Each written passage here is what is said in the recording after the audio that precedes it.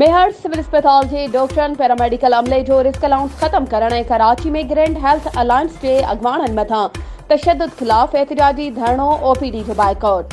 तफ़सीलन मूजिब मेहर civil अस्पताल के डॉक्टरनि पैरामेडिकल अमले पारां ओपीडी बंद करे सिंध हुकूमत खिलाफ एहतिजाज कंदे धरणो हणी वेही रहिया। डॉक्टर अख्तर अली गोरड़, इमामुद्दीन खोसो, वाजिद पहियार समेत लेडी हेल्थ वर्कर्स मीडिया अॻियां दाहूं कंदे चयो त कोरोना जहिड़ी ख़तरनाक बीमारी में डॉक्टरनि तोड़े पैरामेडिक अमले जान की परवाह न कंदे फ्रंट लाइन ते बीठा रहा। सिंध हुकूमत असांजो रिस्क अलाउंस खत्म करे नाइंसाफ़ी कई आहे। काल कराची में ग्रैंड हेल्थ अलायंस जे मथां पुलिस तशद्दुद की मज़ामत था कयूं।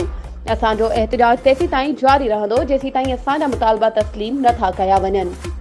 वधीक ख़बरुनि ऐं अपडेट्स जे लाइ असांजे चैनल खे सब्सक्राइब कयो ऐं हाँ, बेल आइकन खे प्रेस करण न विसारजो त जीअं असांजी हर नई अचण वारी वीडियो तव्हां ताईं पहुची